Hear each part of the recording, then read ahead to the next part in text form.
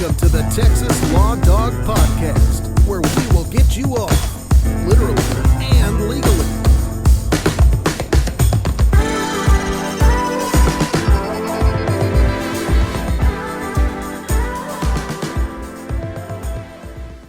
Your weekly true crime podcast from the criminal defense lawyer's perspective. Join the Texas Law Dog and co-host Akash as they venture into the nitty-gritty of the criminal justice system and explore how there may be practicable solutions to cleaning it up. Any and all content produced should not be construed as formal legal advice, used for educational, marketing, and solicitation purposes only. Some information may be factual. All guests have agreed to use their real names and likenesses. All views and opinions expressed by the Texas Law Dog reflect the opinions of Texas Law Dog LLC only and should not be construed as formal or informal legal advice by a practicing attorney. The Texas Law Dog will not get you off, literally or legally, despite what he may claim.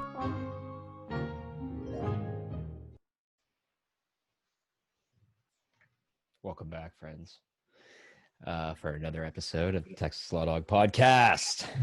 Akash, what's going on, my friend? What's up, brother? How are you? People are still texting me going, who is this guy? I'm in the shadows, bro. I'm behind the curtains. You are, dude. You're like the Wizard of Oz. I mean, truly. Yeah, I'm the guy that's actually pulling all the strings, right? It's all no, I'm just kidding. He's the madman behind the magic. Exactly. He's getting he is the medium behind the modicum, which is I love your outfit today, by the way, buddy. Oh, thank you. Yes. Who is that? Is that Johnny Lawrence? Dude, it's Johnny Lawrence. Fucking Cobra Kai. You gotta sweep the leg, people. I wanted to start off the show today with a little. So I mean, the last few episodes I've been calling for unity and love, right? I mean, that's been kind of the general message, you'd say. Yeah, exactly. Yeah, that's been what we've been talking about all the time, bro. All right. Well, people on my street are not listening up because the election is supposedly over, but it's not. According to the Chronicle, in reality, the election process is not over yet. I didn't know that based on the newspaper.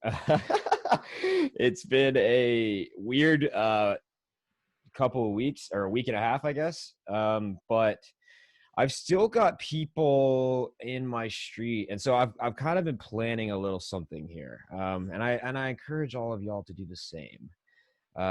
Which is, if you just hate kind of the rhetoric, it's time to start trolling these people. So what I'm thinking about doing is basically, there is a guy a couple of houses down from me, and he has his Trump flag waving, and he has like two signs, but he set them up strategically in front of his ring cam so that he's encouraging people to go fuck with them. And then there's a guy directly across the street, who won't take down his Biden sign. So it's like they're the only two people left on the street with political signs left up. And so if you have this situation in your street, maybe this is something that you should think about doing. There's a lot of talk about the vaccine going on. Have you heard about this? The how the vaccine is the hoax, the whole hoax one, or what? Okay, so yeah, that's the best part, right? Could you think of a more divisive issue than a vaccine? Oh God, this is gonna be so isn't much that fun. crazy? Why is a vaccine divisive? Right? Because well, I never thought it used to be when like, I'm vaccinated. Are you? Yeah, not COVID, not yet. But I mean, flu, no one has a COVID vaccine. Yeah, but what I'm saying is, I like, took the flu, yeah, for sure. Yeah, flu shots. Although it's funny though about the flu shot. I don't know. I asked my mom. I was like, did I ever get the flu shot when I was a kid? She's like, yeah, all the time. But I can't remember the last time I actually got it was like December. No, not December. It was like 2017. And that was the last year I've been like truly sick. So I don't know if there was any correlation with that, but I haven't had the flu and I haven't had the flu shot since. That being said, if you want to have some fun, guys, go ahead and get on Microsoft Word and so if you got someone that you want to annoy that's a Trump supporter, you want to load up language about how you're pro-science and that vaccines have been around forever to deal with pandemics, and that, of course, the big pharmaceutical companies and our governments are, going to be trustworthy in this endeavor. We have no reason to doubt them, obviously. I completely and wholeheartedly trust Pfizer and everyone that makes like at least over $1 billion. That's Well, I don't trust them unless they make $1 billion. So yeah, if it's Pfizer execs, it needs to be at least coming from the C-suite, and then I'll believe everything that they tell me about the vaccine. 90% effectiveness is pretty good. 90% chance that you won't get it, I guess, is what they're saying. So there's a 10% chance that you can, even if you do get it. So what I'm saying is, whatever your side is, load up a bunch of propaganda on your Microsoft Word documents there, and whichever side you want to go with, right? You can be like, you're a fucking science denier. These are going to be DNA, RNA altering vaccines. And Bill Gates is sponsoring it. He work for Microsoft. Why the fuck is he in the public health spectrum? It doesn't matter what you want, okay? If you're pro-science, if you're anti-science, you need to just make it so that the other side will hate what you say. And then just go and deliver that to their door and just give them a little pamphlet so you can hit them with some knowledge. And then actually what you should do is, if they're a pro-Trump person, you should wait. So you should go hit them with a pro-science flyer. Well, first off, you need to set up a fake Google Voice number so that you can track everyone, because this is how you're going to get a good beat on what everyone in your neighborhood believes, so that when the purge comes, you know who to get behind. But basically, I would recommend that everyone can, 2 days after you deliver anti-science rhetoric, you need to follow up with a pro-science rhetoric. And then that way they're going to assume that somebody else saw this flyer and that there's another person going around trying to trump out their arguments. So at that point, you need to call for action on the flyer and state that we've got to set up and you got to have 2 different numbers, one for the pro-vaccine, one for the anti-vaccine camp. And once you get a good idea of how everyone on your street feels, then you need to wait a week, okay? And then you come back and you use another flyer and you state that you have been observing. This is a completely different color paper maybe, and so you need to make it appear like it's somebody else. And you'll be like, I've been observing and watching all of you, and I know where each of your houses sit on the vaccine issue, and I just wanted to let you know that I will be going door to door to personally inspect your arms, that you have taken the shot, and that if you have a problem with this, you need to give me a call. Anyone who calls you, you know those people are going to be the troublemakers. For troublemakers for what? What are you're trying to overthrow? Oh, no. Dude, I think the military should just come into our houses and forcibly vaccinate us. I mean, that just makes sense at this point. Like, that's the safest thing for us. But the whole issue has been, there's no rights anymore. We're gonna get into the Fourth Amendment, but that's not even this is public safety, Akash. All right, when there's public safety on the line, personal liberties take a back seat. There is no rights. We need to public health, science with a capital S. That takes all. That is it's our new God. I think that we need to basically just contemplate abandoning the Constitution in the name of public health, because it would certainly make things a lot easier for all these stupid dissenters that won't just freaking line up to get their shots. It's dangerous, bro. It's dangerous. They are dangerous. Just to play devil's advocate. Those people are dangerous. Extenuating circumstances. They're anti-vaxxers. They oh my God. They don't trust science. They don't trust big pharmaceutical companies making billions of dollars on this. Every dictator uses extenuating circumstances to take power, bro. It's always a fucking military. Dictator. It's always a military. We don't have dictators. We have democracy in this country. This is what are you talking about? We talked about how we had checks and balances. Yeah, we don't have a dictator. Democratic Republic, though, right? Not a no. So it's rich people serving on our behalf. Oh, wake up, people! It's gonna be too late. It's in all right. Anyway, guys, I wanted to start the show off with something a little light. There's your anti and pro-vaccine takes. There you go. I got you both.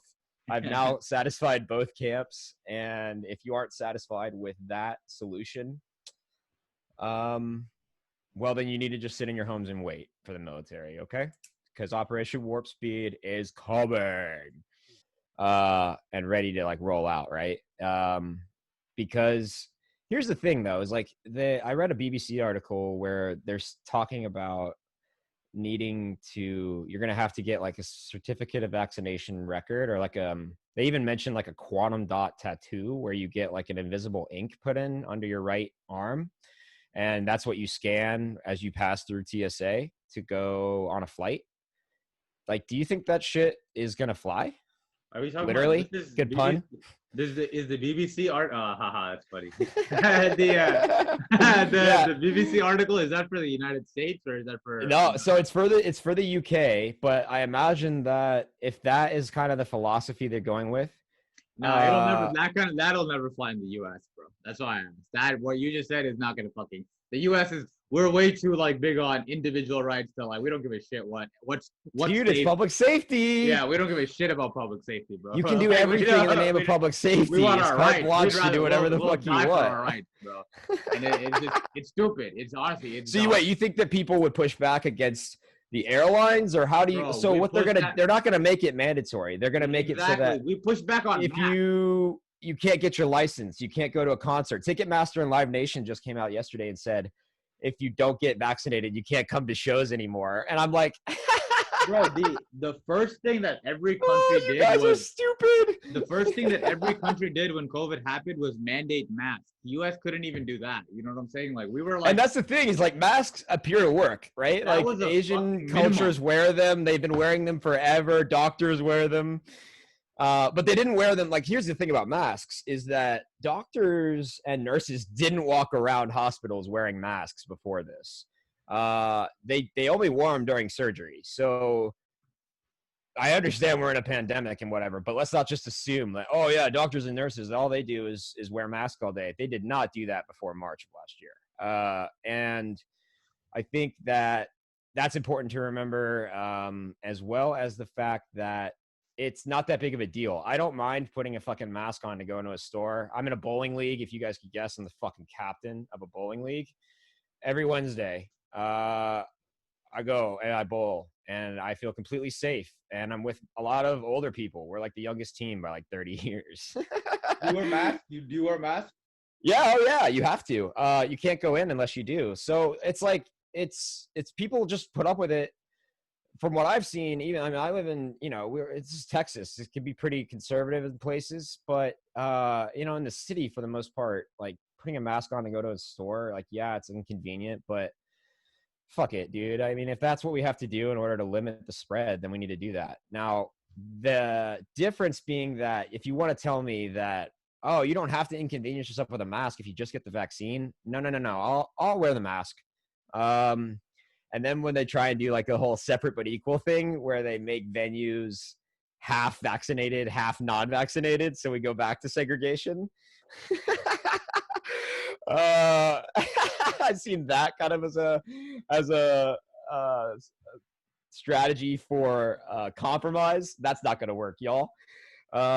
Because what's going to happen is everyone's just going to find a doctor to fucking lie and tell the people that they got it. And so versus just getting vaccinated. Oh yeah. I mean, that's the thing is like if you don't know I trust vaccines in 1988. I don't know what the fuck is going on today. I got to do my research on this shit, but I know that there's a ton of anti-vax rhetoric out there, which I think honestly might have been put out there just to create the wedge issue. So it's vaccines, as far as I'm concerned, work. Like we did eradicate polio, mumps, measles, the big ones, meningitis. Like we need to knock those people. Like we don't need that shit coming back, right? We don't need a new fucking plague just because parents are scared to give their kids mumps vaccines. But this particular vaccine is a little bit disconcerting to me just because of how rushed it is. I haven't seen any science. Like I'm just expected to trust someone about it that's smarter than me about vaccines. If you trust big pharmaceutical companies and you trust your government, you should definitely trust the vaccine. If you don't, Well, then it's worth asking a couple of questions. But the problem is that you're not allowed to. So if you're not allowed to have a discussion about it, it's going to just create an untenable situation. What do you think? I mean, I'm just like, I'm like, fuck it, dude. At this point, I want normalcy to return. If people feel safe getting a vaccine that's an mRNA and DNA altering vaccine, good. Get up and get it. I want to watch and see how it does first, and then I'll fucking get it before I go to concerts. I think, I mean, the recent thing is like COVID is not going to go away regardless until the end of 2021. Like, it's not even like this vaccine will create any sort of, overnight. No, dude, this is all here to stay, right? So now they've got this control mechanism that they can constantly use, right? So we can always have new lockdowns. We can have COVID 21, 22, 23, 24, 25. We can get a different iteration or mutation every single year at this point and just use it as fear porn for everybody, because everyone's going to be like, oh, fuck, we got a mutation. Told you. Better get Bill and Melinda on the fucking phone to fix us because we need your stat. You know what I mean? It's going to be never ending at this point. So my goal is to just fucking comment on it as if I don't give a shit about it, because my goal, I will get vaccinated, and then I will get a blood transfusion to immediately replace my blood. And then I will get a new vaccine, and then I'll get another blood transfusion, and then I'll get a new vaccine. And then you guys will never know if I actually got it or not. But I don't. So my point was, I don't think there will ever be a return to normalcy, bro. Like, I think the return to normalcy, like there's gonna be a post-COVID world and a pre-COVID world. Like, it's never gonna go back the way it was before. BC, right? Before COVID? Yeah. Oh, interesting. Exactly. Yeah. We can restart our fucking years. Post-COVID. Post-COVID PC. I guess that means that we got the Messiah returning soon or whatever, which means that we've got a big old false flag, bio attack, or fucking, at this point I'm expecting an asteroid, maybe a volcano eruption. Because what would be good? We need some sort of distraction, like, bro, because COVID, the thing with COVID also was like, it was a 99.9% like not, or like a 1%, less than a 1% mortality rate, right? So imagine a disease that was this fucking wait. It's only wait. I haven't heard this. COVID kills less than 1% of people. Yeah, like less than. I mean, it's not like it's killing everyone. Dude, like, no way, dude. Like, what are the numbers? I have been reading in the media that it is a fucking killer. Like, it is. I mean, it's killing millions of people, but it's because hundreds of millions of people are getting it. Wait. How many? So it's killed like what? 2 million. COVID mortality rate. How many people are on the planet? Almost like 8 billion mortality rate. So what's the percentage of 2 million to 8 billion? That's a lot. So cases right now in the United States is over 1 million and 20,000 deaths. So 20,000 divided. And all of those are just from COVID-19, not comorbidities, right? Obviously, they're just COVID deaths. So we need to be terrified of COVID. Yeah. Yeah, it's like a 0.02% mortality, bro. From cases to no. What I'm saying is, of the people that have died, I want to know how many have died just from COVID-19 that didn't have other conditions. Oh, you can never separate it. You were never going to get that. Oh, wait. I read an article from the CDC that said, like, I thought it said like 6% of people with a have died from condition. COVID had only COVID. Oh, or I don't know any detailed numbers like that. All I know is just the CDC releases like different information every week. Exactly. And that's the other problem, is that I trust them. I trust the FDA. I trust the CDC. I trust the World Trade Organization. They are putting out consistently good information, people. And it's like they've got a congruent plan, obviously, because the FDA has come out and said that asymptomatic people don't need to worry about spreading the virus, and they came back and said that they did. So whatever they end up choosing, I trust them. And I mean, death is also a really fucking low bar to set as well. Like, just because you're not dying doesn't mean it's not a horrible experience. Well, no, all we hear about now is like cases, right? Cases are the new exactly. Fear. So, I mean, 1 million cases and 20,000 deaths is in just the United States. 20,000 people dying is definitely. Dude, that's too many. Deal. Hey, look, one death from this means that 8 billion people need to get vaccinated. That's my opinion. If one person dies from this, every single one of us needs to get vaccinated. No, I That's agree, the only bro, way but we can fucking fix this. the point that I was making is if a disease, if we're right now we're suffering a pandemic with less than a 1%. If it were actually like something that could kill us, bro, like we would be fucked as a world. Like we were so underprepared for in terms of how to. That's not what Trump said. Trump told us that we were good to go. Yeah, that's funny. I mean, so I mean, it's less than a 1% mortality, and we already can't handle the fucking cases in the hospitals and keep people alive, bro. So imagine if this were actually like something that like 10% of people who got it died or something Well, ridiculous. to me, I don't know. It's just like if this was a real pandemic, I feel like I would know someone. Like everyone would have someone in their family that's died already. Like we're gonna have 25% death rate. The next one, which means the next one. When everyone doesn't get the vaccine, and then whoever doesn't get the vaccine. Yeah, that would be genius on their part. Everybody's tentative to get the vaccine, but if you don't get it, then you will die from COVID-22. Exactly, that's fucking genius. You better get that fucking vaccine, then, people, if you want to live. It's basically like when we run like a first layer of ads, and then we basically spend all our money in retargeting. Bro, basically anyone who doesn't get the ad. Oh shit, dude! I am getting that vaccine. Fuck that. I do not want to die when they release the thing that you need the vaccine for to survive. Yeah, exactly.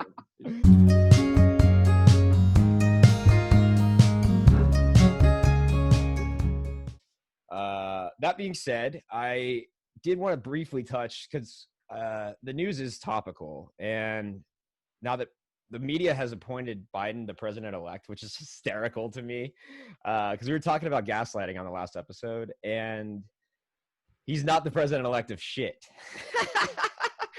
According to election law, even though they're printing it as president-elect Joe Biden, which is, can I get my election law take out here? I know everyone's got one, but since we're all going to be fucking election law experts by the end of the month, I've got to get my prediction out there so that the law dog, when they're like, oh, you were right, you fucking stupid idiot. I took election law in law school, so I disqualifies me to speak on the matter. I've been exposed to more of it than y'all. Let's put it that way. Have you taken an election law course? No, hell no. Why would I take an election law course?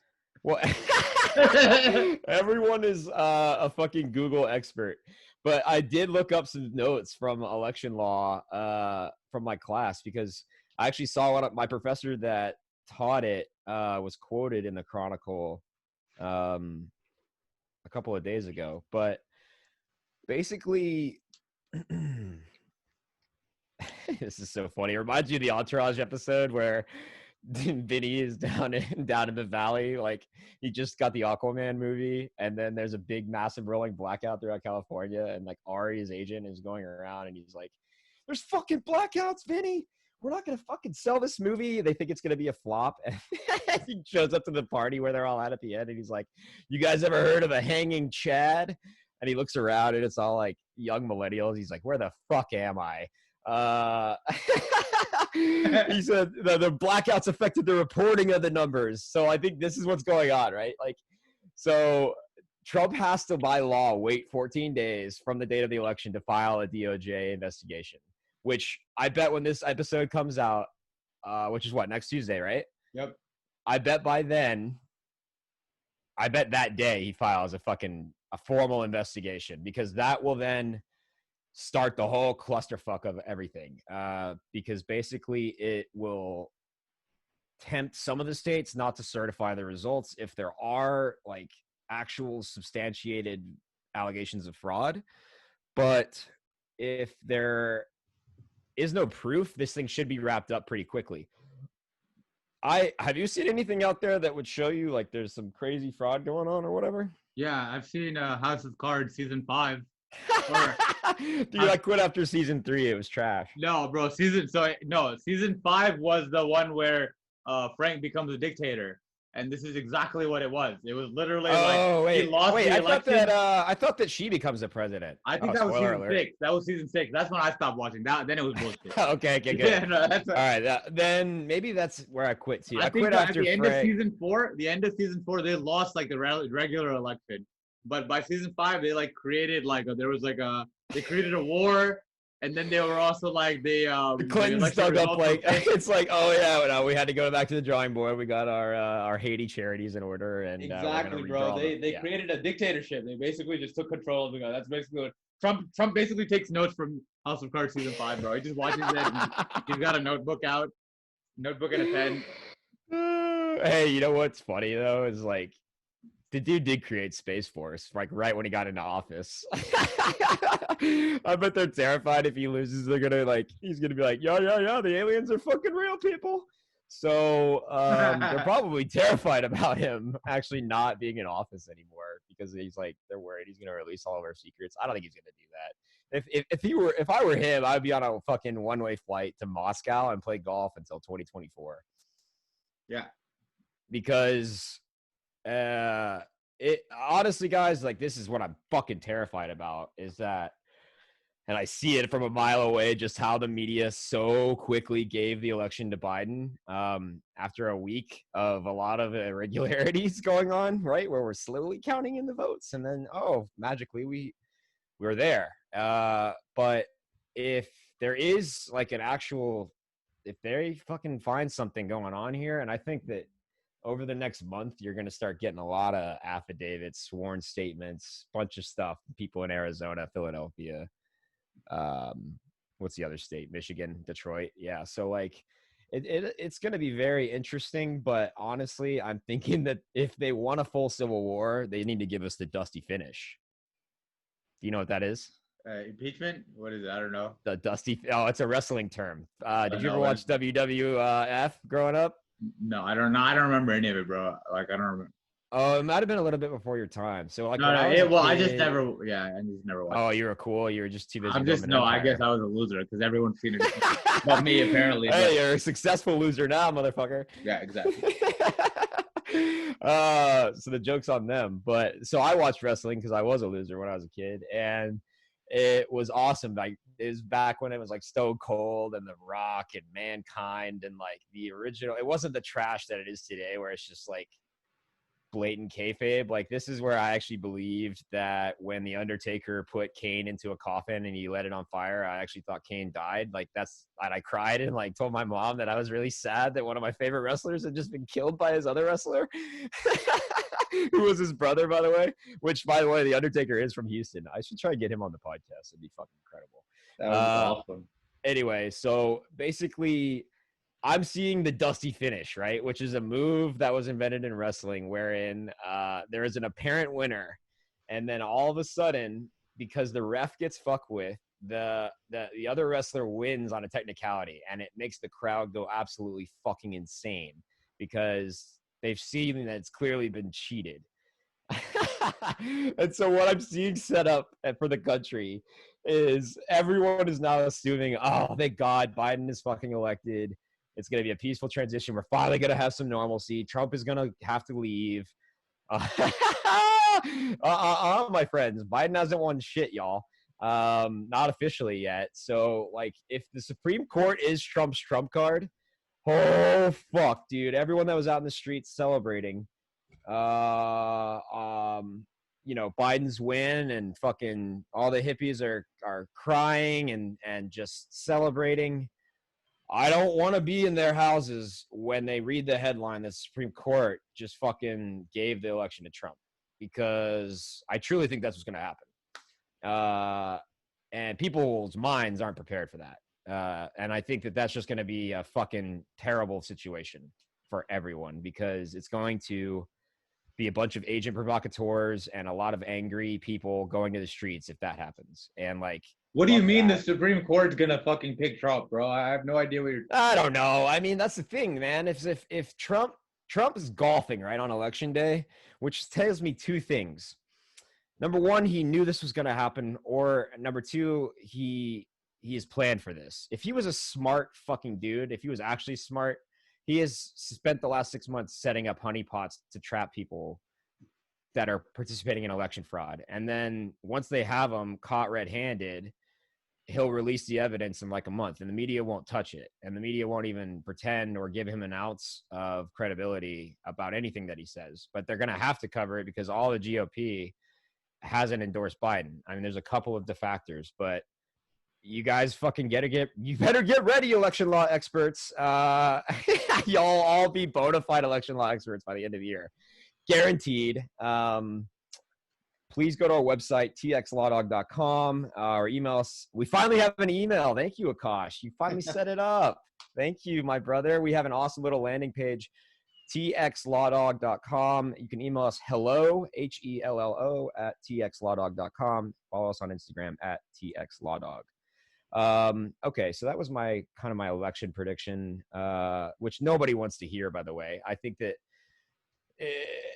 honestly, even like I've talked to some like conservatives and they're just like, fuck, dude, I hope that this shit just blows over, because I mean, if we have that scenario in the middle of COVID shutdown, I mean, we're talking about just pandemonium in late December, right? Because the states have until December 15th to certify the election results. And so if there's allegations of fraud in the states, and you guys got to remember this, is that the Republicans had a big fucking victory in the fact that they control the majority of the state's legislatures. But yeah, January 6, 2021, the House and Senate hold a joint session to count the electoral votes. If one ticket has received 270 or more electoral votes, the president of the Senate, currently Mike Pence, announces the results. The members of Congress may object to returns from any state as they are announced. Objections must be made in writing by at least one member of the House and one in the Senate. If the objection meets certain requirements, each chamber meets separately to debate the objection for a maximum of 2 hours.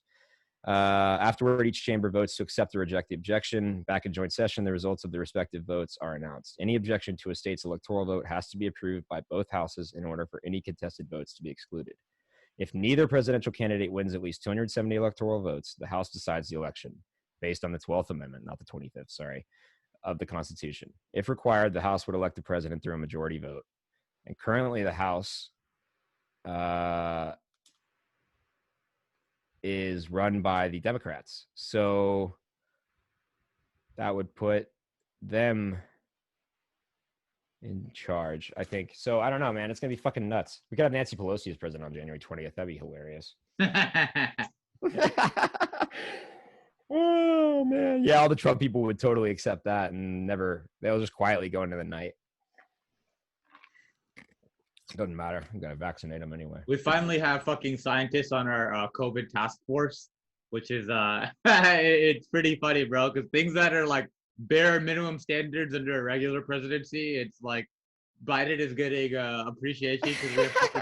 Well, that's the whole thing about this COVID thing is like, dude, it was tough for me because I knew it was going to be a hit on business, right? Like, I didn't get a single fucking phone call in April or May. I'll be honest with people. Like, I had to file for unemployment just to survive, and I used all that money to do this and double down on myself. A lot of people bought TVs and shit. I fucking reinvested into myself because that's like, I never ever once ever took unemployment in my entire life, and like, but I was so dire I couldn't even pay my fucking personal rent. I had to just put everything into funding the business, right? So like, I had never in 7 years of doing this had to be in that position before. So COVID has turned my fucking life upside down, as y'all can tell by how I've talked about how it's affected juries and everything like that. But I understand that this shit happens. Like, we're gonna have issues that we deal with. And the problem that I had in March was that I was terrified knowing how it was just going to be a divisive issue. I could see all the different topics stacking up for people to just pick a side on. And that, I mean, it's really made me sad because this thing has made people's minds scared. And I think that if we don't figure out some sort of congruent plan, because like you said, like when it hit, Trump just left it up to the states. I think if Hillary was like, I think she was supposed to win, like I said, and in the second episode, I think if she was in charge, this shit would have already been planned for.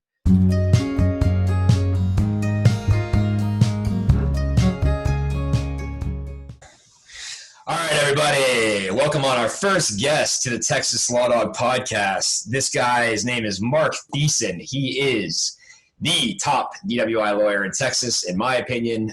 He is triple board certified. I believe the only attorney in the country that is board certified by the Texas Board of Legal Specialization, the American Chemical Society of Chemistry and Law's Forensic Lawyer Scientist designation, which is the highest form of scientific recognition available for lawyers. 6-time Texas super lawyer, the youngest Texas criminal super lawyer, I believe, in 2013. He is board certified also in DWI defense by the National College for DUI Defense. I call him Mr. Not Guilty. He is the guy you call if you get a boo-boo and you drive drunk in Texas. Please welcome on Mark Thiessen. Thanks for joining, brother. Hey, was that a pretty good introduction? Yeah, that's solid. That's good. Okay. And don't worry. All right, dude. First question. Are you tired of dealing with drunk people all day? No. I mean, like you mean professionally speaking? Not just Yes, professionally. Are you tired of dealing with drunks? I mean, when I leave the office, I go hang out with them at the bar. Like the degenerate himself, I see. All right. You know, honestly, in all seriousness, no, because honestly, like people that get a DWI are like good people. They're cool people. I hang out with like people like myself. I mean, I may have got arrested myself for DWI if it wasn't expunged. I could talk about it. You may have represented the Law Dog. May have. So yeah, I trust this guy with my life. I think that over under 50 lawyers have you represented over or under? I mean, like you're just talking, I think over 50 lawyers, but as you're talking criminal lawyers, under, but it's getting up there. It's getting close. But definitely over 50 lawyers, but just under 50 criminal lawyers. Oh, wow. Okay, so Mark's good enough here that he gets all the professionals, and he's getting all the good cases with everyone that has money, all right? This is the guy you hire. And the cops. I think that's my best compliment when the cops call me, or like I've actually had DWI task force family members come hire me. And so when the DWI task force tells their family to come hire you, I think that's the best compliment. Yeah, that's pretty much an indication of who you need to hire when you get a DWI if you're the cop. I was going to do that slogan, the lawyer that cops hire when they get arrested. I mean, honestly, how could what better way to market yourself? Okay, so tell us a little bit. You're the president of the Harris County Criminal Lawyers Association currently, right? Currently, and what a year it's been. Just a great year. Are you glad you signed up for this year? Like, seriously, after this, I was like, I'm never running for president of any other organization. It is a thankless job. It is a complete lunacy all day. You're not ready to be a politician? Fuck no, man. Like, absolutely not. I got so many skeletons. Never. My political career was shot at the age. Too much money to be made, I think. I'd definitely be corrupt. Yeah, dude. And look, and that, at least we're honest about it. Oh, yeah. And I always tell my wife, I was like, she's like, you'd be the worst politician. I was like, right? Because I would tell everybody all the secrets. I'd be like, there are aliens out there. We're doing this with Russia. Like, I would run on the truth platform. I would tell you everything that's going on. Hey, look, that's why I started this thing. It's just to do it as a bit, but maybe people will find some truth in it. I'm also doing it as a resource for our fellow criminal lawyers because I kind of take people into how I try cases and be unconventional. Like last episode, I went over how I use memes to pick a jury. Can you comment kind of like on your maybe like, so that people want to know, like you're the top dog. How do you pick a jury? Like what's your strategy going into a DWI case? I would tell you, so I've been to TCDLA, Texas Criminal Defense Lawyers Association, has a trial college in Huntsville that's a week long. And I mean, that every criminal lawyer, every trial lawyer should go to. It starts from voir dire to closing. But honestly, the difference between the NBA and the NCAA is the Jerry Spence Trial College, right? Trial Lawyers College is where you get pro level. That is not where you manipulate emotions. That's where you can elicit emotions. Because I mean, if you think about, I always tell my clients, I go, if the facts are on our side, if we should win this case, the DA is going to dismiss it, right? Like the cases that I go into trial, the DA thinks are whales. They're like, dude, we're going to crush them. We're going to be it. So I'm up against, like, the facts are not on my side. But what do I have? Like, I have a personality. I have a way to elicit emotion and reaction and empower a jury. You know, when you start messing with emotions or being able to elicit emotions and understand people and crawl inside somebody else's skin and see the world through their eyes, that's powerful stuff. So that is my trial strategy, my trial technique. Is just honestly being human, you know, not being a freaking robot, being like, these are the facts, convict them. And I'm like, who cares about the facts, you know? Yeah, absolutely. And that's the thing, like I've touched on that in previous episodes where I've kind of gone into like how we kind of need to be more actors than lawyers because we have to be relatable. We have to be able to put random people that come from all different variations of backgrounds and religious backgrounds and different races into our client's shoes, right? Yeah. And so like, I kind of think that it's just a way to go about it's like, so as far as tell people about how like you found and what specifically you've kind of found works that our colleagues aren't necessarily using. So, and that's why people are like, Thiessen, you're giving out all your trial secrets because I speak all over the nation, right? And so they're like, I can't believe you're giving out all your secrets, like how you do this. And I'm like, dude, I can teach you how to sell ice to an Eskimo, but I can't teach you how to actually sell it to somebody, how to get them to trust. I was like, I think I've been going to bars since I was 18, you know, and I'm 42 now. So that's 24 years of going to bars. I can get myself into trouble. I can get myself out of trouble. I can talk to the CEO and I talk to the busboy the same. Like, I can't teach you communication skills. The only way you can do that is honestly going out and practicing in the real world. You got to go out and like talk to people at bars, I know every single guy at the gym where I go, like Jose's behind the counter. Joe is in the locker room. I'm talking to all these guys. I know the tennis pros. I know the CEO, and I talk to them all the same. And so I think that's what that's where we are, and that's how you train people. It's like how to just be a good person and a good human. And my wife says I'm oddly charismatic. She's like, people want to hate you, Mark. Like, you look like a douche. And I was like, I know. And she's like, and afterwards you just come off as like this dorky kind of. And I go, dude, I'm still fighting jujitsu and I do all this crazy stuff, but deep down, I'm still Anthony Michael Hall, like in 16 Candles. I still look at myself as like this little nerdy kid walking around, and I'm half Canadian. I don't realize that there are social cliques. Like in high school, I didn't realize there were people you couldn't talk to. I'm half Canadian. Like I'm just kind of naive and I talk to everybody. Dude, so you're cut from a different cloth. And I think that's a good point for like commonalities in good trial lawyers is that they don't really fit a mold, right? We have to be kind of an enigma. We have to fit the facts of our cases. So we have to mold who we are based on what we need a jury to believe. And so I think that's funny and interesting that you say that you're like, because I've talked about how like, I try to be real with people, like self-depreciating, right? For instance, like that's a big helpful factor, right? Yeah, 100%. Like, you gotta own. Like, I own my douche, or you know, like you gotta. We both have very punchable faces, and I think that somehow that makes you a better trial lawyer. Yeah,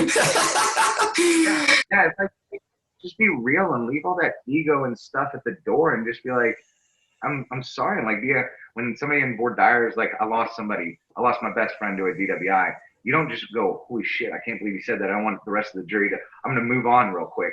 No, you stop and you go, I'm so sorry. And you make eye contact and the whole world doesn't cease to exist. And you talk to that person for 30 seconds and go, I'm so sorry for your loss. You know that we're in a misdemeanor court. This didn't happen here. You know, and I can't imagine that you'd ever forget that. Again, you know, and I used to tell people, I'm like, I don't represent those kind of cases, you know, and I would just make eye contact. I'm like, is there any way that you can forget that in a case like this? I know I couldn't. And they're like, you're right, I can't. You're like, thank you for that gift. You just struck yourself for cause, but at least that landmine that I was so scared of that was going to poison the rest of the jury.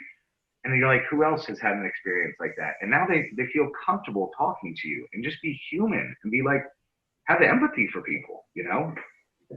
Would you say that cases are won or lost in jury selection? 100%. 100%. And that's honestly, like, my wife will tell you, she's like, you're amazing in jury select because I like talking to people. I walk up and down the aisles. I like talking to people. You know, I go the DAs are stuck at their podium or something, or never even, I will walk right through that door, you know, in like Williamson County, Lubbock, they had doors. I'm like, I'm in the pews with people, you know, like you got to walk down and talk to people and just be real. But how do you practice connecting to other human beings? You have to immerse yourself in kind of weird situations. Go travel abroad, start talking to people, you know, go live by yourself in a foreign land or something, you know, and you got to make friends and get your. Dude, that's what I was telling other people. Like on a past episode, I was telling people like it's 2020, but it's kind of psychotic. But when I take my dogs for a walk, I try and have a conversation with someone I don't know, because every person I meet is a potential juror. So you have to know what's kind of going on the ground, right? Yeah, that is psychotic. Yeah. Yeah, I'm like, hey, what are your political beliefs? Don't talk politics. Yeah, what are your vaccination opinions? Okay, I want to switch gears a little bit here. I'm going to share my screen here briefly. I want to talk because you can speak on this, but we've got a situation now with this COVID-19 pandemic, right? And currently, I'm sharing a screen where it's a news article from the Houston Chronicle. It came out on November 9th, and it says Texas prisons, jails, worst COVID-19 hotspots of any in the U.S. And according to a recent study done that you just sent to me, and we're going to include that in the show notes, by the Lyndon B. Johnson School of Public Affairs at the University of Texas, it found that Texas inmates and staff tested positive for the coronavirus that causes COVID-19 at 490% higher rate than the state's general population. And also 9 Texas inmates approved for parole died in prison before their release. So what are your thoughts on that? I mean, it's horrible. It's horrible, you know, and it's like, but it's its own world. Like everybody always said, I want to get transferred to this unit or that unit. Like the sheriff's department owns their own world in there, and they regulate how they control and shift everybody around. And I mean, we're in the midst of a deadly pandemic, but I don't know the answer. It's horrible. It's like, I don't know how, because we're already overcrowded. It's not like they have room to move people and, you know, shift them and sanitize. But at the same time, I don't know what the alternative is. If they are like, I mean, if they're in there for fucking, pardon me, if they're in there for like weed or something, you know, who cares? Like, get them out of jail, you know. But if it's like a nonviolent offense, I'm like, dude, come back and do your time some other time, or give them like, you know, 5 for 1. We're already doing 3 for 1. Would it really kill them to give 5 for 1? But I mean, you do have some bad people in there that we can't let out. So I don't know what to do. You know? I mean, isn't there still a guy in there? Isn't there still a guy in Harris County awaiting trial on a capital murder from 2011? I'd be lying to you, but I wouldn't be shocked. I don't know. I mean, that's absurd. 9 years waiting for trial. Yeah, I mean, that's the thing is, like, I talked about in my previous episode about how one of the district court judges that I had a trial on was about to make me go, and I was explaining to them about how the NRG like jury selection system is set up. And so could you kind of go into like how this isn't normal for us lawyers, and like how, you know, we're kind of concerned about going to trial right now? So I've toured the facility, and if you're familiar with remember the Ash? Are you from Houston, Jason? Yeah, Sugarland. Okay, so back in the day, remember when we had Ashworld that you'd walk across the bridge of 610, you go to Ashworld? Well, Grease Lightning, baby. That was the best roller coaster on the planet. That was awesome. I think I smoked my first cigarette at Ashworld. Which was Didn't we all? So right across from where that bridge used to be, there is this hall, and that's where the livestock show and rodeo used to be. And so you can still walk in, and so that's where NRG, it's not the field or the nice hall where, you know, the livestock show and rodeo is right now. This is like the 1980s and 90s hall, but it's still, you can still get that whiff of manure in there. You get that Astronome's like musk. Yeah. And so you walk in there, so you drive into the Astrodome parking lot off Kirby. They ask you these questions, scan your head with a thermometer, and then if you pass this, they let you in. And then you go. Is this by you mean the potential jurors, right? All potential jurors and the attorney. So anyone coming to jury service is already like, this is what the scenario they're driving into. Yeah, you're gonna drive in and be like, nah, I haven't traveled abroad. I feel fine as long as you have a temperature, which a lot of people are asymptomatic that have COVID, right? And then wait, dude, does having a temperature imply that you have COVID? Why are they doing temperature checks? I don't know. It just makes why do they do it in the middle of in front of the courthouse? It just makes them feel good. But I'm like, you know how many people have COVID and are asymptomatic that don't have a temperature? So you go in, you park, and you come in this hall, and it's smooth concrete.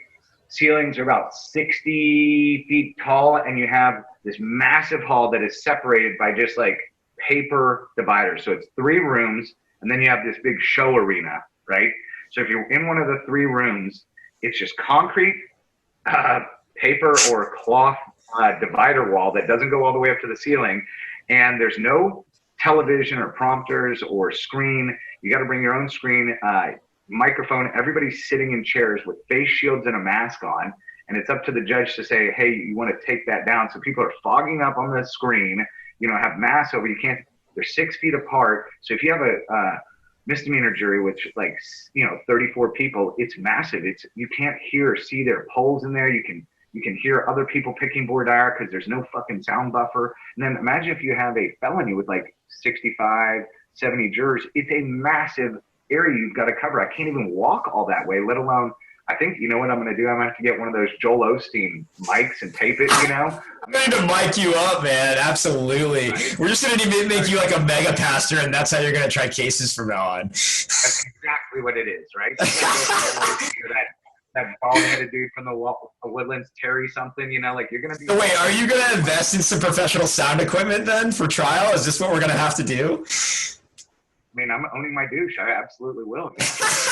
Amen. Okay, so let me ask you this. You're one of the top lawyers in Texas. Are you comfortable going to trial right now? For your client's sake. I know you are, maybe personally, but as far as how your clients, there's 6th Amendment, 8th Amendment issues, there's a lot of different stuff going on. So I'm at lawyers at, Not on anything serious. Not on my detox mans, not on my aggravate, not on any of my felonies.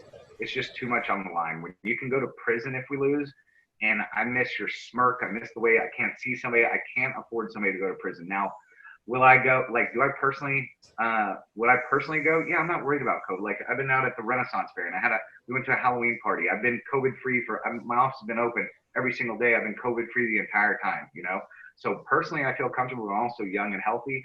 But for my clients, nobody in felony land, do I want to go to trial? And then in the misdemeanors, I'm looking at the demographics. It's more like Conroe than it used to be like Houston. It's a huge white, it's more than half white now, which it never used to be like that in Houston.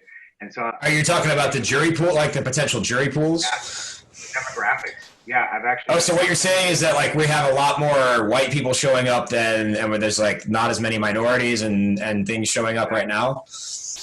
Exactly. And so if you've ever been to trial in Montgomery County, well, no, generally it's hard. It's hard to win up there. Yeah. So it's that's who kind of is really showing up now. You're this is a whole different demographic, and I have minority clients. Do they want to be, is that really a jury of their peers, Right, and that's I talked about, and so I'm glad you said that, because I had a case set for trial last week, and it was he's facing 25 to life, and the judge was going to make me go in those conditions, and I was absolutely not. And so I text you, and I was like, hey, I might have to handcuff myself to my client outside of a bench. Yeah, no, and I think when you're 25 to life, you're not screwing around. And honestly, there are people in custody that want to get out, that want to go to trial. You have enough lawyers that are willing to go to trial. I'm willing to go to trial. I'll go screw around on some of my misdemeanors. I had one client that was in custody, scared to death of COVID. It was an intox assault where somebody pulled out in front of him, and he had to swerve to miss this car and hit somebody head on. I was like, dude, I'm going to win this case. And I was pushing it to go to trial. I wanted to go to trial. I didn't give a damn. And then the eve before trial, they gave me 2 or 3 years, which he already had 2 in. And so it was time served. And I tell the client, he's like, so I can get out right now? I go, yeah, but you're going to be guilty of intox assault. He's like, I don't give a shit. I got the time. I'm out of here. Was he already convicted felon? Yes. Makes it a little easier then, doesn't it? Allegedly. I love it. Oh man, that's so. Dude, this is really good information. I wanted to end the interview though on a funny, lighter note. So give me your funniest fact scenario that you've come across so far. How many cases have you gotten not guilties on? Does it have? I'm up to 109 not guilty now. Mr. Not Guilty himself, 109. That is about 106 more than me. That's everything from Class B to first degree. You know, my biggest one was quadruple intox manslaughter with an intox assault. So there were 4 dead bodies, and the lady who survived broke her neck. And one of the decedents was actually a Buddhist minister. And the jury came, and so they had lesser includeds of DWI with the intox man and the intox assault. And the jury came back and read 10 times not guilty. So, but I still only count that as one. Yeah, that one was the biggest one. Was that your Galveston County case? Was that down in Galveston? No, that was in Harris County. Harris County, okay. Like, I have the funniest story because my wife just asked me this down the hall. It's not a DWI. Can I show you that story? Yeah, absolutely. Okay, so that's the funniest. So I had a client that had a thing for, it was a Craigslist ad, who wants to come suck on my wife's milky titties? And he's like, I love milky titties. So he answered the Craigslist ad at like fucking noon. And I was like, why are you going at noon to a hotel? He goes to like the Hyatt downtown and everything. And I can hear this thing tape. And the male cop's in there, the female cop's in there, and he's in there. And he's like, yeah, I brought the money to split the room with y'all. And you hear the male cop go, so you gonna fuck him for $40? And she goes, yeah. And you hear my client go, whatever, right? So they arrest my client for prostitution. And I'm like, wait, based on the word whatever? I go, yeah. And I was like, my guy never agreed to the sex. She agreed to fuck it. And they're like, what are you talking about? I go, first of all, my client only has a fetish for milky titties. The woman liked being treated like a prostitute, and the man was a cuckold. And they're like, what the fuck did you just say to me, Thiessen? I was like, and the DA's like, what? I go, dude, we're going to trial. My guy, this isn't prostitution. My guy just likes milky titties. And they had no, and they go, Google all these fetishes. And they're like, I can't Google this on my government machine. So we get, and I had to go through like Chief Nathan Beadle and everything. And he's like, what are you telling me, Thiessen? I was like, yeah. And finally they dismissed, and my client's like, we're not going to trial. I'm not getting all this out there. And I was like, yes, we are. And because he was kind of a big guy, and so it got dismissed. That was definitely one of my. Was it dismissed day of trial though? No, when I was trying to get it set for trial, they're like, fine, we'll fucking. So yeah, dude, this is interesting. It's a good point, because when Mark goes and tells a judge he's going to set a case for trial, it's not the same as when I tell him he's going to set a case for trial, because that's when the DAs are like, fuck, we actually need to dismiss this, or we're going to get some chum to get some practice against the best. Last time I tried to set a trial, they're like, when do you want the trial? It's like 14 days. Shit, I will do it tomorrow. They're like, well, we need to notice our witnesses. I go, I waive all notice. I want to go to trial tomorrow. I'm ready right now. And they're like, Thiessen. I was like, fine, 14 days. Give me your notice. Let's go. They're like, ugh. This is why people hire you, okay? This is a guy, you can't be scared to fucking put their feet to the fire. That's literally what the good criminal lawyers do. I love going to trial. And that's the thing, and I think that's what people will resonate with. Like, and you know, as far as our profession, people kind of see the wrong side of it through television and Netflix and fucking, you know, 60 Minutes and true crime stuff. But really, like, this is a good example. Is this guy is one of the top lawyers in the state? He's telling you guys legitimately, this is how it fucking is going down. I think it's incredible insight into the system, man. I really appreciate having you on today. I think your message is going to resonate with the people, and hopefully we can get a fucking coherent plan down for COVID-19, because like I was talking about, there's a ton of backlog. I don't know how we're going to catch up if we can't get back to normal. That's an interest. So I'm in because of president of HCCLA, we had a meeting that if we stopped accepting cases right now, there are 44,000 criminal cases, right? If we stopped accepting cases right now, it would take a year and a half for the DAs to get through all of these cases. So how are we going to catch up? And that's what we're talking about. How do you relieve the backlog? I go, I can't convince my clients to take shitty deals, especially with bail reform. They're all walking around free. I go, they're not taking these shitty deals. DA, you have got to make better offers. You got to get PTI on more felonies. You've got to make better offers, because otherwise we're just going to clog the dockets. It's a huge backlog. You have no idea. I mean, it's enormous. Yeah. And the Okay. DAs are asking, we need more DAs. We need more funding. And we're like, no, you need better deals. Or you like select which laws you prosecute like wisely. You know, I think that there's so much unnecessary shit that's charged on these days. Like, I was going over an article the other day about domestic abuse. Houston just got a ton of aid from the federal COVID-19 relief dollars. And so have you heard about the the crisis intervention response teams, like that pilot program? I have. Yeah, but I haven't read it yet. I actually printed that out. Okay, so there was an article in the Chronicle this week, and it was basically saying that when they send, so HPD has the ability on a domestic violence call to call for one of these crisis intervention response teams members, which is generally a licensed sociologist or psychologist who's going to arrive on scene after the police officer to help diffuse the situation. So when we talk about police reform and stuff like that, I think that is the stuff that we should be looking into, because they made a very interesting data point here, which was that HPD reported 40,884 domestic violence calls in 2019. And the crisis response team only responded to 5,500 of those, so about 13%. And of those 13% of the cases they responded to, only 4% of the calls handled by those teams led to incarceration. Right. Because that brings an interesting point. Like, I am not for spousal abuse or assault family violence. I'll beat your ass for hitting a woman. Right? Absolutely. Yeah. That's an important distinction to make, I think. But yeah. Right. Every single assault family, 99% of my assault family violence cases, the victim recants. Says, no, it didn't happen. I don't want to be prosecuted. And what happens? I go tell the DAs, and then it goes to a special division, and it takes longer than a DWI. And it's like, it's just as contentious. And they're like, no, we're not giving up. And I go, dude, she doesn't want to prosecute anymore. They've made up. They were drunk, all this stuff. And they're just hardcore. And I'm like, no, get them in counseling. Find a way to, get them to a social worker, get them in counseling, and dismiss this stuff. Stop wasting our time. Yeah, because I think that people I think that's what's worth looking at as far as the entire war on drugs issue. Is sending these people to jail for addiction issues really going to be the solution here? Because I don't think that it's going to actually help. Because you see recidivism every time once they get out and they get access back to drugs. Oh yeah, you and I could talk for hours about all kinds of stuff. You know that. Oh man, absolutely. Hey man, thanks for coming on. You guys can check out Mark's website, thetexastrialattorney.com. He is everywhere. Type in his name, Mark Thiessen. That's THIESSEN. Oh, by the way, your name is misspelled on your biography on your website, by the way. I'll check that out. I bet people don't care either. And his Instagram is Thiessen Law Firm.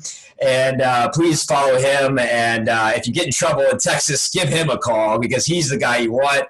He's the guy going to set your case for trial with no notice. He's ready to walk in tomorrow and try your case if you get arrested. So, Mark, thank you for coming on. Thank you for having me. Appreciate it. And we'll talk to you again soon, man. I really do. Thank you.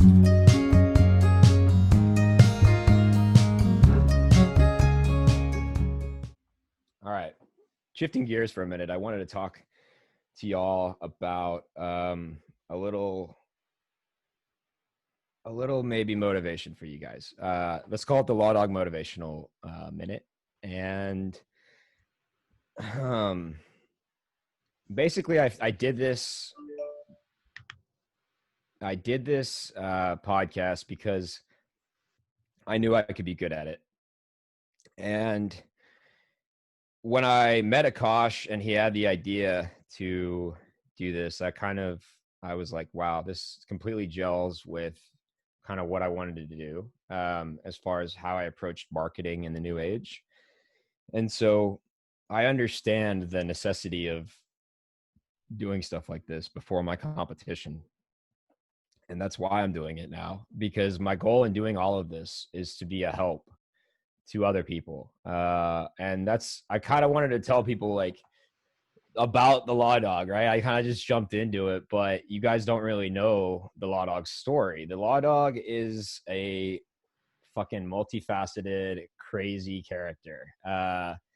And it's funny, I was talking to my dad and my mom yesterday, and they were like, we've got, I was like, did you watch the first episode or listen to the podcast?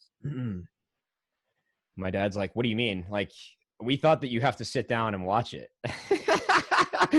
They're under the impression that you don't just listen to podcasts on the go, but you actually sit down and you fucking listen to it at one setting, like an old school radio show. And it was hilarious when they said that, because my dad's like, I don't want you talking about me. And I don't want you, I got a reputation, and I don't know about this. And I'm like, Dad, relax, dude. And then I proceeded to tell him how I like cranked out. I mean, I've spent tons of time figuring out how I was going to do this, right? Because the reason it's the Texas Law Dog is because that's its own entity. I'm no man. I'm no woman. I'm a fucking business man. And basically what that means is I formed this as its own entity because unfortunately it appears that the only way to say anything truthful anymore is through comedy. So I needed to do it in a way that I could make people laugh and also maybe give them like some questions of their own. And so that's why I did it this way. And that way it's going to be a lot more fun and gives me a lot more opportunity to kind of be myself than just doing it as who I am as a lawyer. Right. And so like, anyone who wants to figure out who I am can find out. I'm not fucking PFT commenter, right? Like you can figure out who and where I came from if you do enough digging. So, but the reason that I'm doing this as the Law Dog is because the Law Dog is not just one man. He's an idea. And that idea is to take risks on yourself. And what I'm doing here is I'll tell you guys a story, right? About how you believe in yourself. I mean, I mentioned on my election day episode, like I am a drug addict. I go to AA, and this is another huge thing during COVID and most people can't talk about this because it's anonymous, but I am choosing to share my story. I haven't been able to hit an AA meeting since March. Think about how hard that has to be for someone that, luckily I have a really good support system and handle on my issues, but a lot of people don't. And so for all you out there who think that all this distancing and never, interacting communities and shit ever again is going to be the answer, like it's killing my fellow brothers and sisters in AA not to be able to meet in person. And so that is something that needs to be said in that it's affecting all of us differently. Okay. Because it's forced me to really, really focus on what's important in life just to keep me from drinking. Because I mean, anybody who was struggling before the pandemic, like if you were over leveraged or whatever, and you fucking lost your job and you're over your head now, like I would be driven to drink in that scenario. So if you're dealing with that, email us, hello@txlawdog.com. I will talk to you. Like somebody is there for you. I will be the person.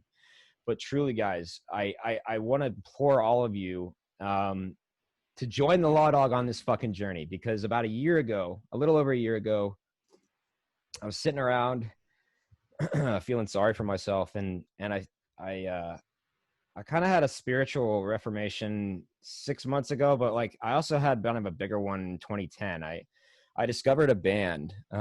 Music is a huge part of my life, and everything.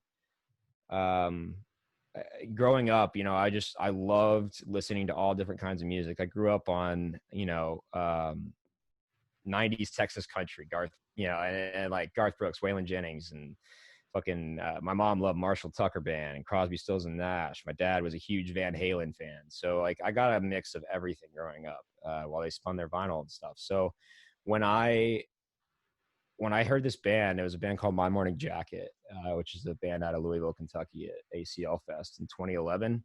That fucking concert changed my life. It gave me a new perspective, and they literally became kind of my favorite band overnight. So over the last 10 years, I've kind of followed them around. I've been to like 35 or 40 shows now, and all over the country and all over the world. But basically, it inspired me to want to get into the music business, is the more or less short version of that. And that about August of last year, I'm sitting around, and one of my favorite artists, who's an up and coming guy, is the name of the band was called the Artisanals, and the lead singer is a guy named Johnny Delaware. I had found these guys. The first show, one of the first tours they ever played was like 3 years ago, and they opened for another band out of Athens called Future Birds. Incredible band. Check them out. Basically, I fell in love with their music. They didn't even have an EP out. Like when I saw him for the first time, they had no merch to sell. Like it was just him. So like over the next 3 years, I went to every single show that they played in Texas, whether it be Austin, Dallas, or Houston. I would drive to it. And every time I would make it a point to say hi to him after the show and thank him for coming. So I decided, you know what? Fucking Law Dog, you're going to get in the music business because I'm a multifaceted motherfucker. All right. I'm not just a lawyer. I'm a motherfucking enigma. All right. I fucking create things and I want to inspire joy and happiness in other people. What better way to do that than giving people music? And so I had an idea. I was like, I'm going to try something here. Last August, he plays a show in Houston. I shoot him a DM to their band page. And I was like, what, hey, super happy y'all are coming. I'd love to buy you guys dinner afterwards. He didn't respond. So I just went to the show and he sees me afterwards and he's like, dude, J-Law, what's going on, man? Good to see you. And we sat down and I was like, Johnny, I have no idea what the fuck I'm doing. I'm a fan. I'm going to get in the music business and I'm going to make you famous. And he goes, well, that sounds fun. And he's sitting there and I'm harassing him as he's eating his chicken salad. He just played an incredible set. And I'm like, we're just starting getting to talking. And eventually, like at the end of that conversation at 30 minutes, I was like, dude, let's just hit me up. Here's my number. And so over the next 6 months, he would call me as he was touring or driving all over the country or whatever. And he would be like, hey, Law Dog, what's going on? And so I fucking made friends with a rock star. And like meeting someone who is a rock star, you guys like got to understand that artists aren't like us. They don't think like us. Their minds operate in such a beautifully different way that I saw something in him wherein I knew he was going to be the next fucking talent. And I was not going to let him fucking walk away without me getting involved. Like at that point, it was serendipitous. And I was like, Johnny, he sits to me at the dinner and he's like, dude, I got all this shit. I need to get out. He was just about to go to Paris to meet his girlfriend. He gets there and she breaks up with him like when he gets there and he has nowhere to go. And so he fucking takes a bus to Amsterdam and stays with the only person in the UK that he knows for a week until his return flight. In Europe? And then he came back and he wrote this album and we're going to release it in March. And I'm going to use the fucking Law Dog to get this motherfucker signed. All right. And because this is some good shit and it's some of the best music I've ever heard. And our producer, Wolfgang Zimmerman, he's produced a couple of songs for a band called Band of Horses, which is a really successful indie rock band. He's the next big fucking producer. And there's this incredible talent group out of Charleston, South Carolina, wherein it's like the most untapped gold mine of musical talent I know about. Like Johnny's there. There's a band called Susto. D-Money, the Carolina Boss. I fucking love you if you listen to this. I told you, dude, I'm going to see you on the What Stage at Bonnaroo one day, and I'm going to help you get you there. I'm going to fucking do it, man. Like Crab Claw, Hermit's Victory, fucking She Returns from War, the Artisanals. There's so many good bands, and I saw how they weren't getting pressed or played. Like they've got all of the good music that's there.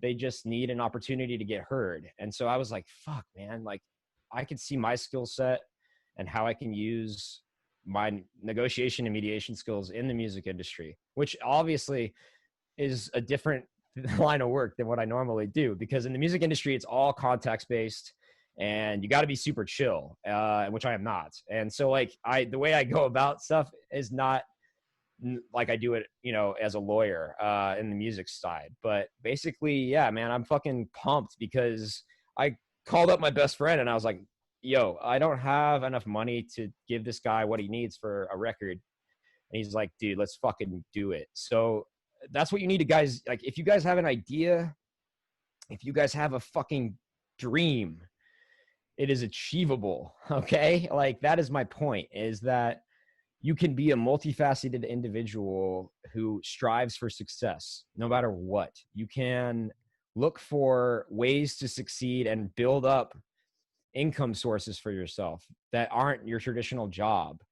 Like it's 2020, it's the coronavirus pandemic. It's time to get fucking crafty, y'all. Like I went up to Charleston and I watched Wolf and Johnny record for a weekend, and like honestly, that seeing how the sausage gets made, and seeing how artists have to struggle, artists that haven't made it, people don't understand this. Like, you live like a fucking poor peasant for years while you build your career in the music industry, if you're not just Billie Eilish and have incredible talent and the right connections, right? So for anyone that's not a label prepackaged product, you know, you've got to fucking earn it. And so this guy has been sleeping on couches for 5 years just to tour, to make enough money. Like one time he told me when they came to Houston, I bought every single thing that they offered. And he's like, dude, you buying that merch was the only thing that kept us on the road for the rest of the tour. Like that, we didn't have enough money to pay for gas. We didn't have enough money for an Airbnb.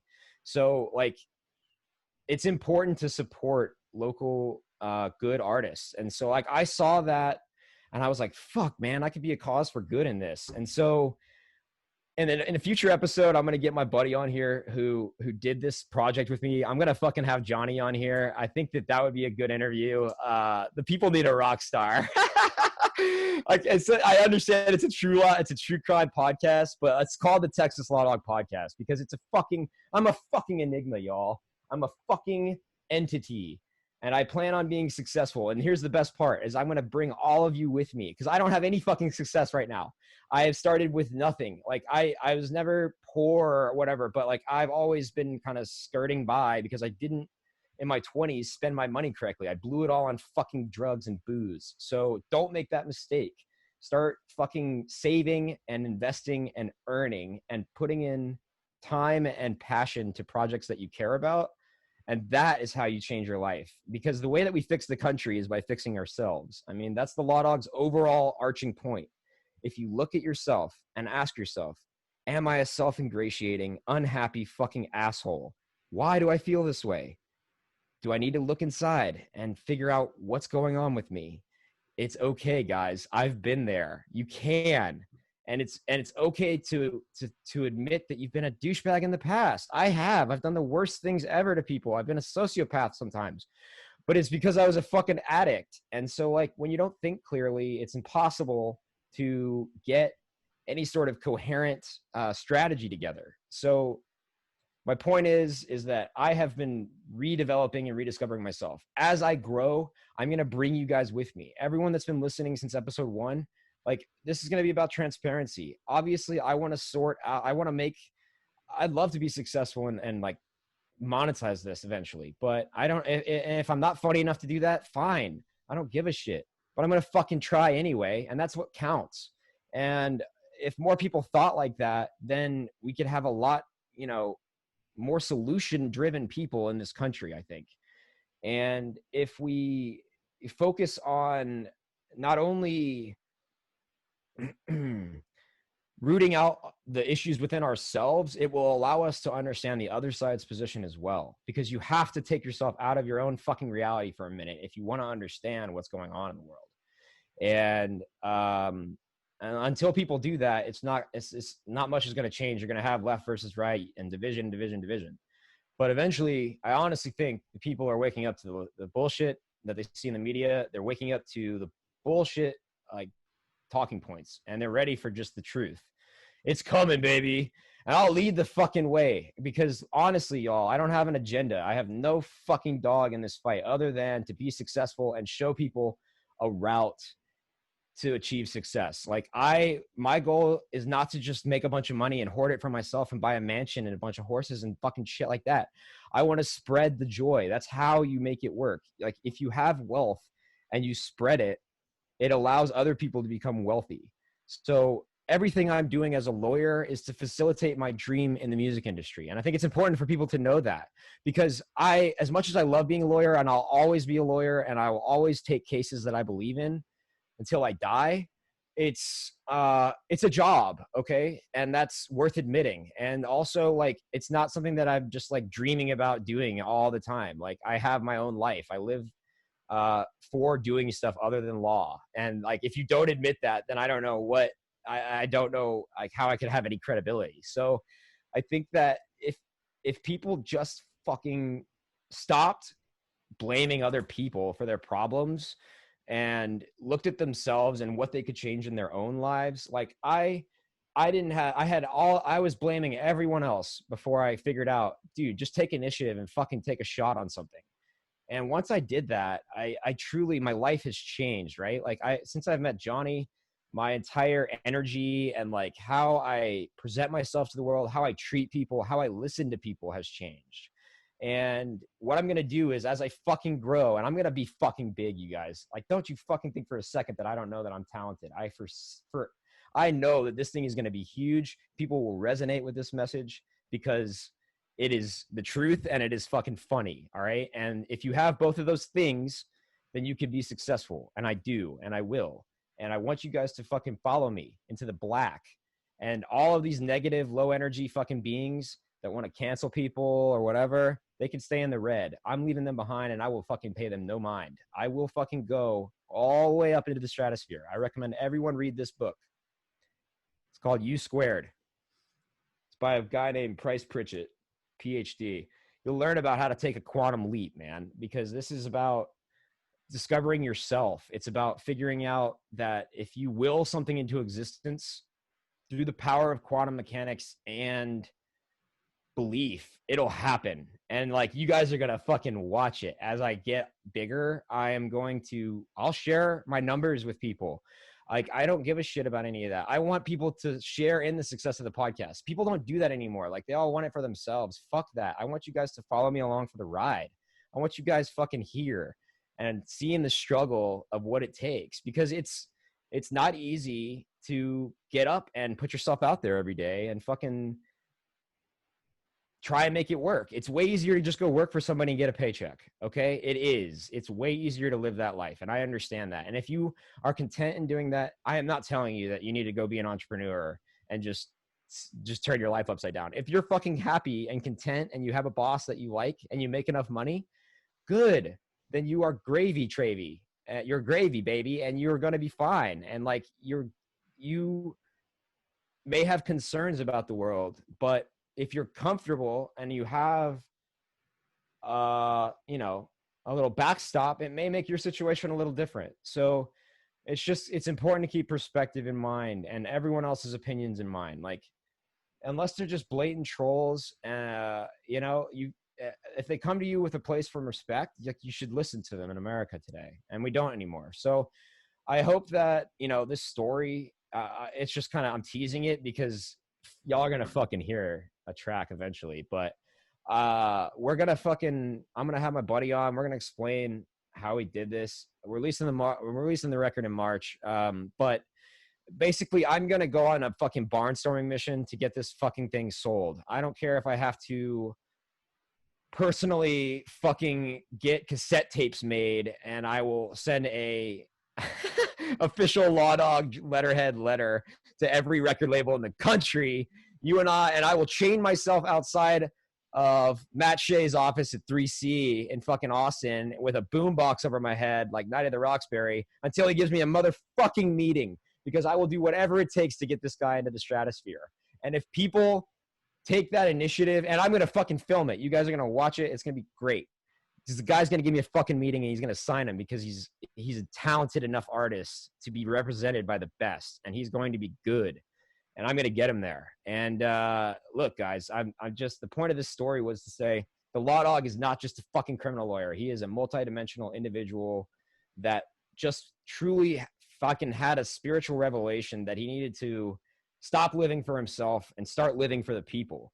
So as I individually succeed, I will share it with you guys. And I promise you, that is my solemn promise, in that I don't have any intention to be greedy. Do I want to carve out a nice life for myself and make sure my family is taken care of? Absolutely. Who the fuck wouldn't? This is America after all.